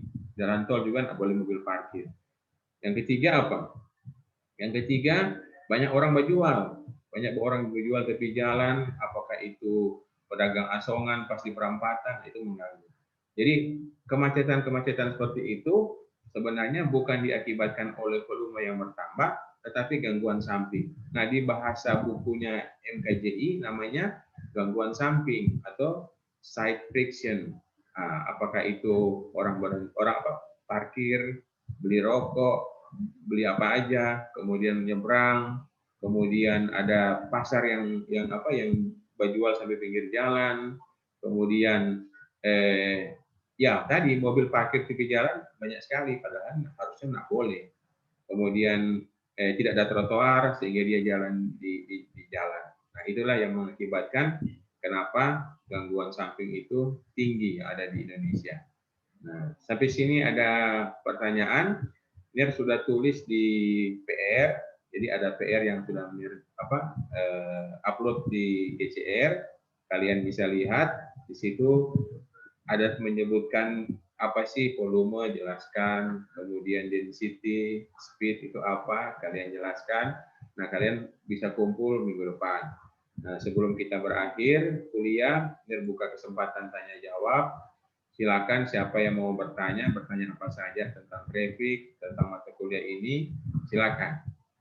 Biar beri kesempatan. Nggak usah malu-malu, silakan tanya. Yang belum buka kamera boleh buka kamera, karena orang sudah ada di sesi tanya jawab. Silakan, boleh tanya. Jadi kita sudah belajar tentang grafik, pengenalan rekayasa lalu lintas. Jadi tadi kita belajar tentang rekayasa lalu lintas di ruas jalan.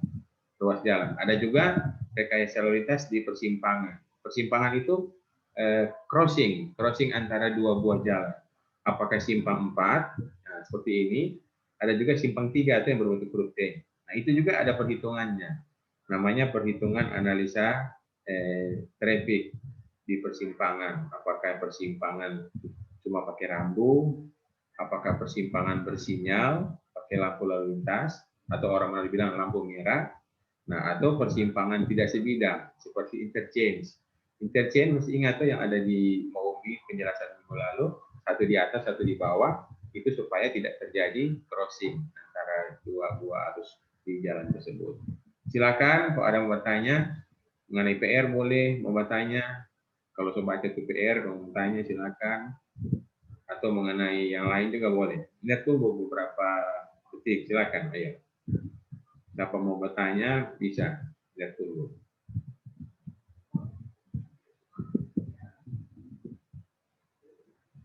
Ada?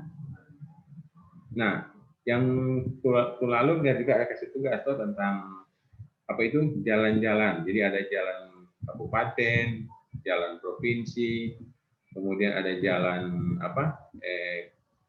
kota.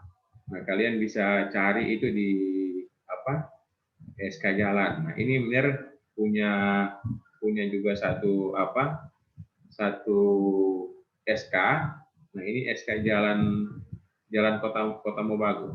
siapa yang pernah pergi di kota Mobagu? Ada? Ini contoh aja ya, saya buka ini. Kan kemarin dia sudah jelaskan, toh ini ulangan pelajaran minggu lalu. Kemarin dia sudah jelaskan bahwa kalau kita mau mengetahui suatu jalan itu statusnya apa? Apakah jalan kota, ataukah jalan provinsi, ataukah jalan kabupaten? Nah, kita harus melihat SK-nya. SK itu kepanjangan dari apa? Surat keputusan. Nah, ini contoh. Kalian sudah bisa lihat di di screen. Nah, ini ada wali kota Kota Mobagu. Ini SK keputusan, surat keputusan wali kota Kota Mobagu nomor 129 tahun 2017 tentang penetapan ruas jalan menurut statusnya sebagai jalan kota atau jalan kabupaten. Ini ada SK. Nah, yang pernah saya sebutkan minggu lalu toh, itu menyebutkan SK itu ada pasal-pasal tentang penamaan jalan ini. Kemudian di bagian belakang ada DP tabel. Tabel apa? Kalian bisa lihat ini. Tabel nama-nama jalannya. Nah, ini dari jalan yang pertama, ini coba perhatikan ini lampiran SK. Jelas ya, ini lampiran SK, Jalan Bawusami, nama ruas jalan, nama jalan. Nah, ini ada juga yang mau jelaskan ya. Apa arti nama jalan dan nama ruas jalan? Belum ada yang tahu. Kalau nama jalan itu bisa nama orang atau seperti Jalan Samratulangi, ya. Kalau disebut dengan nama ruas itu menyebutkan titik pangkal awal dan titik pangkal akhir. Jadi Jalan Bawusami 1 itu dia menghubungkan antara Jalan Bawusami dan Jalan Buntu. Ini artinya. Jadi kalau ruas itu menyebutkan titik awal dan titik akhir. Titik awalnya di Jalan Bawusami, titik akhir itu Jalan Buntu. Itu nama ruas.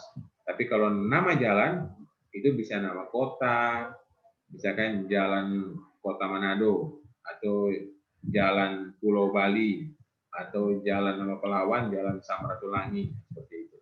Nah, kemudian ini ada panjangnya juga dan ada nomor. Ini nomornya ini apa ya? Mereka yang buat. Jadi dari pihak PU, Kantor Dinas Pekerjaan Umum Pemerintah Kota-Kota Mobagu, DP Kantor PU bikin nomor-nomor ini. Dan nomor-nomor ini tidak akan sama dengan nomor-nomor yang ada di jalan di Kota Mobagu dengan jalan yang lain. Sudah? Ini ada SK jalan, jelas ya sudah ya. Jadi kalian boleh nanti share nih SK ini. Kalian juga ada tugas kan tuh coba cari SK. Mudah-mudahan ada dapat. Nah, kalau sudah ada pertanyaan, silakan. Stella mau bertanya? Yanda, Amanda, Van Halen, belum? Belum, Ner. Oke. Apa Alsetia yang bertanya? Nomor 4 Ner dengan nomor 5. Di PR? Iya. Oh ya, apa coba baca? Mer belum kita buka, silakan baca. Nah, nomor 4 dan nomor 5, apa itu? Boleh baca? DPR. Kita coba baca, Ner. Boleh, baca. Apa arti dari suatu jalan dengan kode penamaan 2/2 TB 7/7 meter? Iya. Gambarkan tampak atas dan potongan melintang. Sebutkan contoh minimal 5 jalan dengan status jalan kabupaten atau kota yang ada di Kota Manado. Oke, iya, sudah. Benar jelaskan ya. Ini dia kan di PPR. Dari nomor 4, nomor 3 enggak? Nomor 3 kan gampang toh? Jadi nomor 3 cuma tulis definisi. Kepadatan itu adalah jumlah. Jadi apa definisi kepadatan? Jumlah kendaraan sepanjang jalan tertentu. Misalkan panjang 1 kilometer, mau digambar jalan 1 kilo, kok gambar kotak-kotak mobil. Kotak-kotak itu mau dianggap mobil. Seperti tadi yang saya kasih contoh, misalnya kalau kalian mau bikin satu mobil ukuran 3 meter, tambah DP spacing 1 meter, jadi 4 meter, bikin kotak-kotak 3 meter, panjang 3 meter, lebar 1,5, kau kasih jarak 1 meter, kau taruh di sepanjang jalan 1 kilo itu. Yang kedua, Apa arti dari suatu jalan dengan kode penamaan 2/2 TB? Nah, 2/2 TB artinya 2 lajur 2 arah, TB itu tidak terbagi, lebarnya 7 meter. Jadi satu lajur 3,5. 3,5 kali 2 artinya 7 meter. Kemudian, apalagi? Gambarkan tampak atas. Nah, tampak atas, gambar dari atas. Jadi ada gambar dari atas seperti tadi yang di contoh mati dulu. Mati DP screen, pindah yang ini. Nah, ini tampak atas. Tunggu sedia ya. Yang disebut dengan tampak atas ini dia. Nah, ini tampak atas. Ini tampak atas. Tapi yang lebih bagus bukan yang itu, yang ini. Nah, yang tampak melintang, yang disebut dengan tampak melintang itu ini. Ini potongan melintang. Ini jalan. Jadi ini yang di atas ini jalan. Kalau kita potong seperti cookies, kayak kalau potong. Nah, DP tampak melintang dapat lihat saluran. Ini dapat lihat DP trotoar. Jadi kan kalau jalan dalam kota itu ruangnya kan terbatas, tempatnya terbatas. Jadi di atasnya saluran atau got itu orang bangun trotoar. Sudah? Jadi ini trotoar pakai plat beton. Di bawahnya got. Kemudian sudah ada bahu jalan. Langsung curb. Di sini ada curb. Ada tuh dinding seperti beton yang melengkung. Itu nama curb. Kemudian ini perkerasan. Ini median. Ini perkerasan. Ini potongan melintang disebut. Nah, tampak atas ini. Berarti kalau di soal tadi suruh gambar 2/2 garis 7 meter TB, gambar seperti ini. Nah, kalau TB kan tidak terbagi, berarti medianya dihapus. Sudah? Kemudian lengkapi ukuran. Nah, habis itu apalagi? Setelah tanya gambar tampak atas, potongan melintang. Nah, sebutkan contoh minimal 5 jalan yang mempunyai tipe 2/2 TB 7 meter. Satu saja contoh, nah, yang mereka kasih contoh. Jalan depan kampus, maksudnya jalan di dalam kampus yang di depan apa itu? Depan kantor BNI. Kantor BNI kampus, kan ada jalan tuh baru masuk. Itu 2/2, 2 lajur, 2 arah, lebar 7 meter total, tidak terbagi karena tidak ada media. Nah, jalan yang lain kalian boleh cari ada di mana. Jadi ada 5 contoh. Boleh? Dengan status jalan kabupaten kota. Nah, kalau tadi yang jalan kampus itu bukan jalan kota. Nah, itu yang jalan kampus mereka kasih contoh itu adalah jalan khusus. Jalan punya dari pemerintah. Jalan punya dari kampus Universitas Samratulangi. Jadi kalau jalan kota Manado, mau dicari SK jalannya. Mana contohnya itu? Begitu. Rata-rata jalan kota di Manado itu 2 lajur 2 arah, tidak terbagi. Tapi ada yang 4 lajur 2 arah, terbagi pakai median ada. Jangan salah sebut ya, jangan pilih jalan nasional atau jalan provinsi. Makanya tadi Mer bilang, kalian untuk memilih jalan kota tidak bisa kalian pilih kalau kalian belum pegang daftarnya atau belum pegang SK-nya. Sudah begitu boleh? Sampai sini? Mer belum kirim absen Kang? Aduh, Mer lupa. Mer mau kirim absen, nanti setelah Mer kirim DP kode absen, kalian bisa kirim bukti di mana? Di WA group. Nah, di WA group kalian bisa kirim bukti. Ini Mer kirim kode absennya untuk kuliah dasar-dasar rekayasa transportasi. Ini pertemuan keberapa? Pertemuan ke-10 kan? Iya, benar. Iya, pertemuan ke-10 berarti ini mereka kasih batas bahwa isi absen sampai bisa berapa hari ke depan, tapi bagusnya isi sekarang. Ini, bikin DP kode absen, sekarang share ke kalian di WA. Jadi boleh buka WA, silakan yang sudah selesai Zoom, kita akan leave. Terima kasih semuanya sudah ikut kuliah pada hari ini, yang sudah join. Nanti kalau ada yang belum sempat join, Ner ada bikin video di YouTube. Ini Ner ada rekam. Nanti kalian boleh lihat lagi. Kita lupa tadi Ner jelaskan tentang ini. Kalian bisa buka. Oke. Selamat siang. Terima kasih semuanya. Tuhan memberkati. Ketemu lagi minggu depan jam 10.30. Selamat siang ya. Yang Mer. Siang.